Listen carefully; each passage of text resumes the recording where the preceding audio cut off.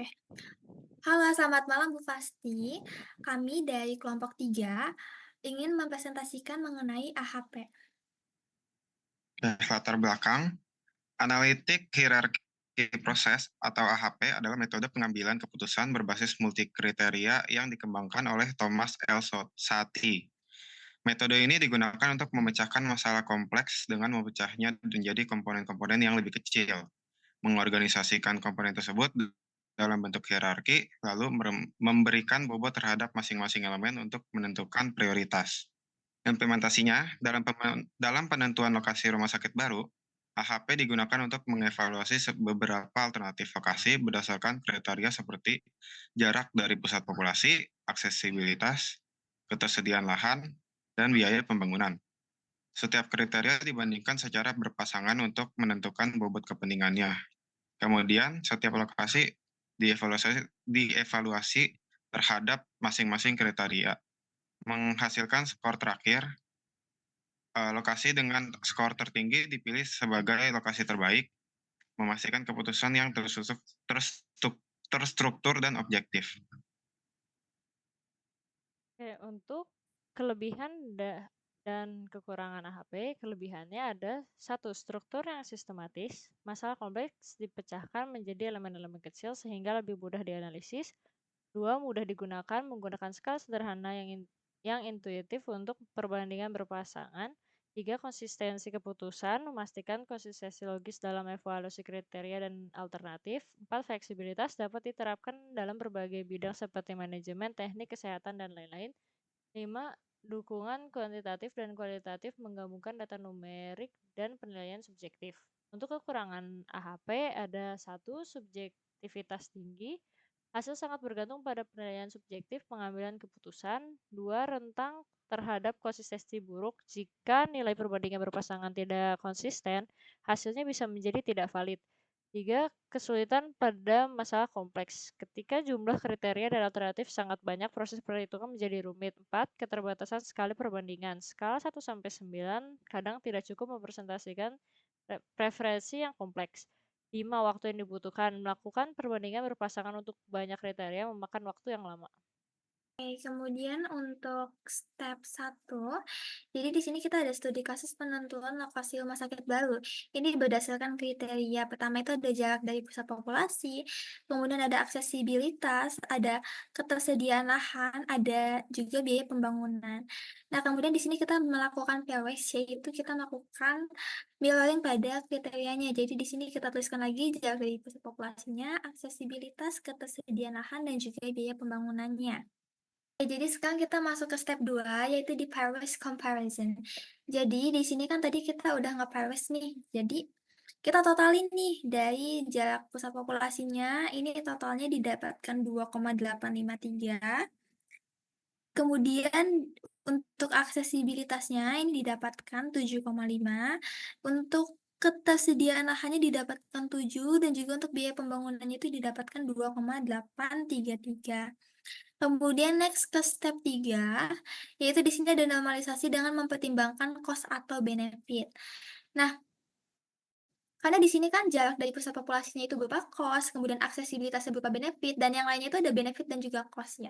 Karena itu ada dua hal yang berbeda, jadi kita jadikan satu nih, kita laraskan semuanya. Nah, di sini jadi kolom sum ini didapatkan dari tadi yang total tadi itu, total dari si pairwise comparison-nya itu kan tadi dari jarak pusat populasinya didapatkan 2,833. Kemudian ini dibagi dengan, angka yang ada di kolom si jarak dari pusat populasi tadi. Jadi kolom dari setiap jarak pusat populasi ini dibagi dengan total si kolom sum-nya ini 2,833 dan didapatkan hasil sekian. Kemudian dilakukan hal yang sama juga untuk aksesibilitas. Untuk aksesibilitas tadi kan kita didapatkan total 7,5. Jadi untuk masing-masing kolomnya ini dibagikan dengan 7,5 dan didapatkan hasil sekian. Dan juga ini dilakukan hal yang sama juga untuk ketersediaan lahan dan juga untuk biaya pembangunannya. Kemudian next ke step 4.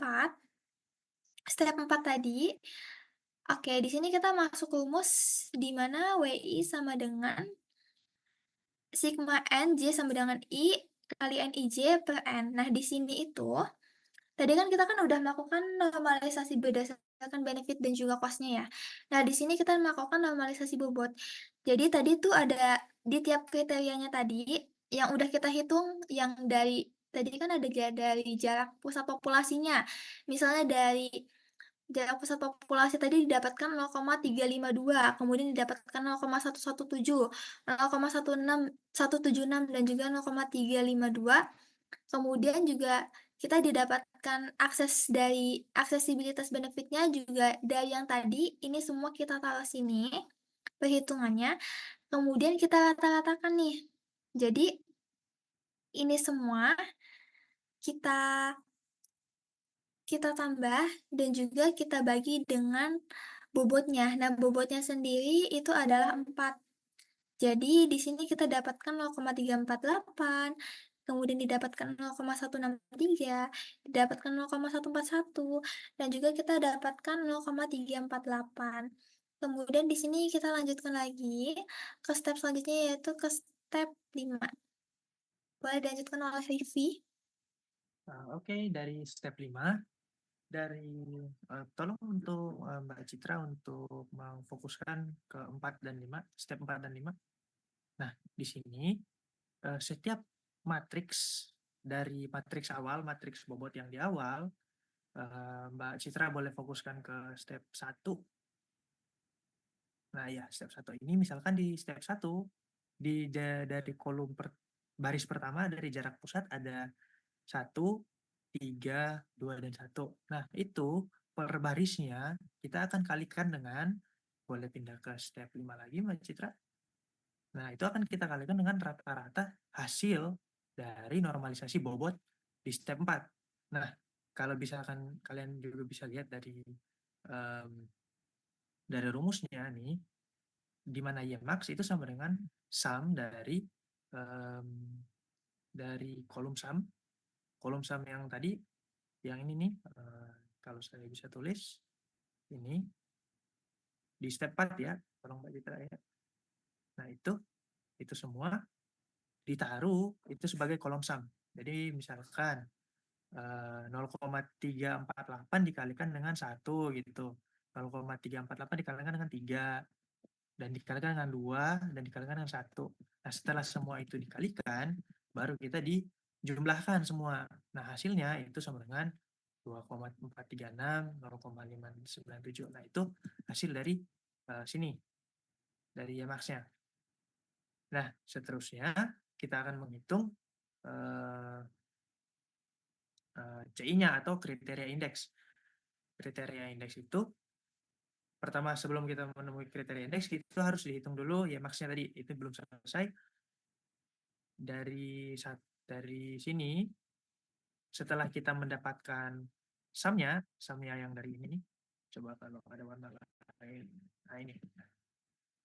Di sini rumus yang bagian itu koresponden dengan bagian yang 1 sampai 4 ini yang di atas. Nah, untuk mencari Y-max-nya kita harus bagikan semua hasil ini dengan 4. Atau N ini apa? N itu adalah panjang dari matriks. Panjang dari matriks itu maksudnya apa? Nah, maksudnya panjang dari matriks itu berapa kriteria yang kita masukkan. Misalkan di step 4 atau di data kita, itu kita mempunyai 4 kriteria. Makanya kita bagikan dengan 4. Jadi, total sumnya itu dibagikan dengan 4. Itu bisa dilihat di sini. Nah, ya max sudah didapatkan. Ketika sudah didapatkan ya max-nya, ya max sudah didapat, CI itu kita akan menghitung CI. Nanti CI itu ada di step selanjutnya. Nah, sebelum kita mencari CI-nya, kita harus tentukan dulu. Mbak Citra boleh lanjut ke step 6. Nah, di step 6, kita itu akan menentukan RI, random index. Nah, random index ini bukan biasanya. Sudah ditetapkan oleh yang membuat rumus. Misalkan jika kita mempunyai 3 kriteria, nilainya akan bernilai 0,58. Kalau kita mempunyai 4 kriteria, nilainya 0,9. Kalau misalkan kita punya 5 kriteria, nilainya akan menjadi 1,12. Nah, kebetulan kita mempunyai 4 kriteria. Maka nilai RI kita itu sama dengan 0,9. Nah, ini bisa diingat nilai RI sama dengan 0,9 gara-gara kita akan menghitung consistency ratio. Nah, sebelum kita menghitung consistency ratio, ini yang rumus tadi saya pindahin ke sini. Nah, dari sini kita harus menghitung CI-nya. Bagaimana menghitung consistency index? Nah, consistency index itu kita ambil dari Ymax tadi yang sudah dikalkulasi, dikurang dengan jumlah kriteria atau N. Ini dikurang dengan jumlah kriteria atau N. Dan N-nya, jumlah kriterianya kita dikurangi 1. Jadi kalau bisa dibilang Ymax-nya itu sama dengan 0, pakai Ymax 5 berapa itu 0,41. Ini ada kesalahan minor ya di sini, harusnya 0,501.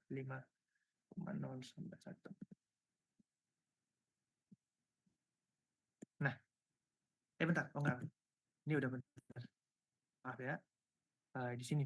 Nah, dan 0,541 dikurangi dengan kriterianya itu ada 4 dan dibagi dengan N itu 4, jumlah kriterianya dikurangi 1. Jadi kalau dilihat hasilnya itu sama dengan 0,347. Nah, dari sini kita tinggal menghitung consistency ratio.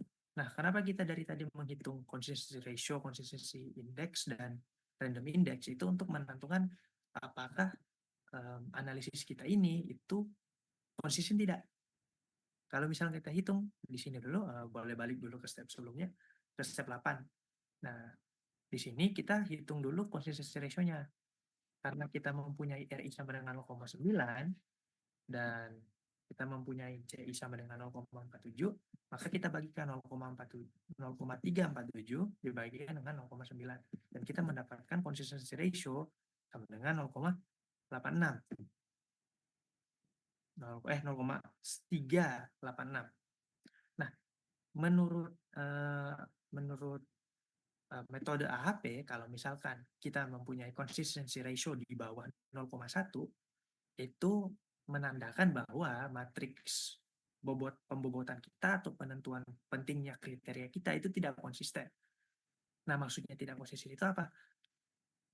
Tidak konsisten seperti misalkan jika kita lebih mementingkan jarak atau lahan, kita sangat mementingkan lahan. Atau bisa dibilang lahan itu sama pentingnya dengan dua harga gitu. Ini bisa kelihatan Mbak Citra, saya lagi coret-coret di samping. Misalkan lahan di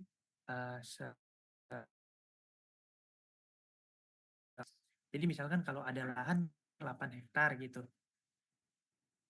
8 hektar, terus harganya 6 miliar. Misalkan 8 miliar lah. Nah, kita anggap ini sama ya. Nah, kita anggap ini sama gitu bobotnya.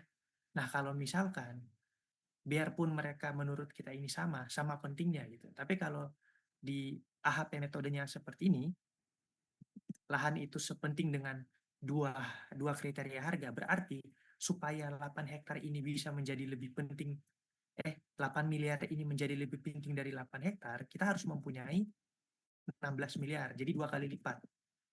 Jadi harus 2 kali lipat. Seperti itu.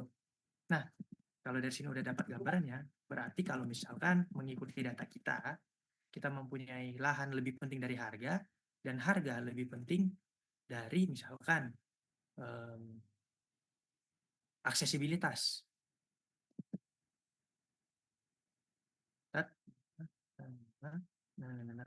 Nah, berarti aksesibilitas itu tidak lebih penting dari lahan. Jadi konsisten. Maksudnya konsisten itu di sini. Jadi jika lahan lebih penting dari harga dan harga lebih penting dari aksesibilitas, maka lahan itu harus lebih penting dari aksesibilitas. Gara-gara kita menggunakan sistem matriks, ada mungkin terjadi di mana lahan lebih penting dari harga lebih penting dari aksesibilitas. Tapi aksesibilitas itu lebih penting dari lahan. Nah, di situ terletak ketidakkonsistensiannya. Ada beberapa matriks yang terdapat di eh, eh, data tadi yang seharusnya itu eh, seperti yang seharusnya itu diseimbangkan, bisa dibilang seperti itu. Nah, dari analisis ini kita menemukan bahwa, nah sekarang kita masuk di analisis dan kita ketemukan bahwa consistency ratio itu di bawah, tidak di bawah 0,1. Nah, menandakan bahwa ada beberapa kriteria di matriks ini itu tidak konsisten. Dan dari sini kita bisa lihat kalau misalkan aksesibilitas itu 16%, jarak dari populasi itu kepentingannya 38%, biaya pembangunan 14%, dan ketersediaan lahan 34%.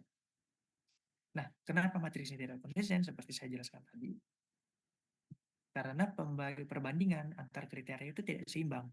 Tapi tidak semua kriteria itu tidak seimbang ya, tapi hanya ada beberapa kriteria. Soalnya, kenapa begitu? Soalnya consistency ratio-nya itu tidak terlalu besar. Di sini hanya tertulis 0,386. Biasanya itu dia bisa lebih tinggi seperti di atas 1 dan di atas 2%. Kalau misalkan udah di atas 10 itu berarti sangat tidak konsisten.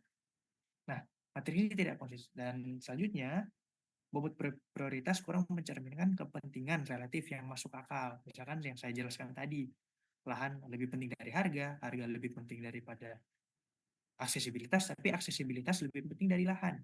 Solusinya bagaimana? Solusinya itu hanya satu, dengan cara meninjau ulang perbandingan kriteria agar mendapat bobot kriteria yang seimbang. Jadi ada beberapa matriks yang harus diubah di situ agar consistency ratio-nya itu di bawah 1.